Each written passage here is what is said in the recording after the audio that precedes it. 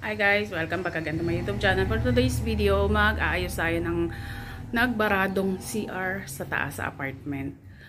Yun, nagbara na ulit, padalawang bara dahil ang mga nakatira doon ay estudyante. Nung unang ayos ko ng bara, nakausap ko na sila, nasabi ko pag naayos ko na tong bara na to, next time na magbara ulit, sila na yung pag-aayusin ko. Sira yung orasan ko, mali yan. Umaga pa lang dito, magsa 7 AM pa lang.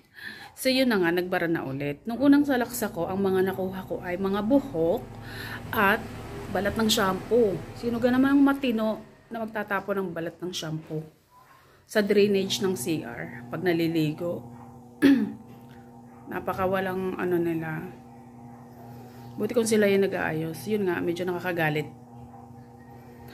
Tapos kinausap ko sila na pag nagbara ulit, sila na mag-aayos. Ay di yun na nga, nagbara na ulit ng isang araw. Kita nila na ito yung ginagamit ko na pang-alis ng bara.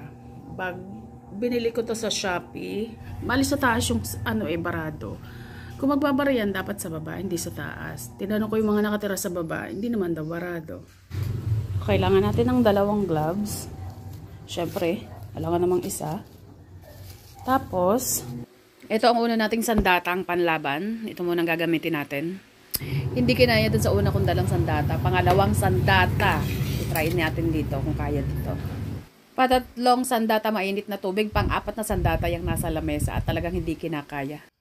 Okay, isang mabilisang voice over muna tayo. So ito na nga yung kaganapan na ginawa ko sa taas. Sobrang hirap.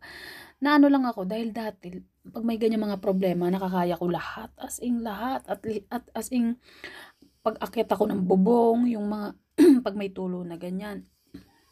Parang basic lang sa akin at saka ito mga barado. Ito na-disappoint ako sa sarili ko. Hindi ko magawa. Sobrang parang may bara talaga dyan. Ayaw dumiretso ng pansalaksa ko. Ay, ibig sabihin hindi ko siya nagawa talaga.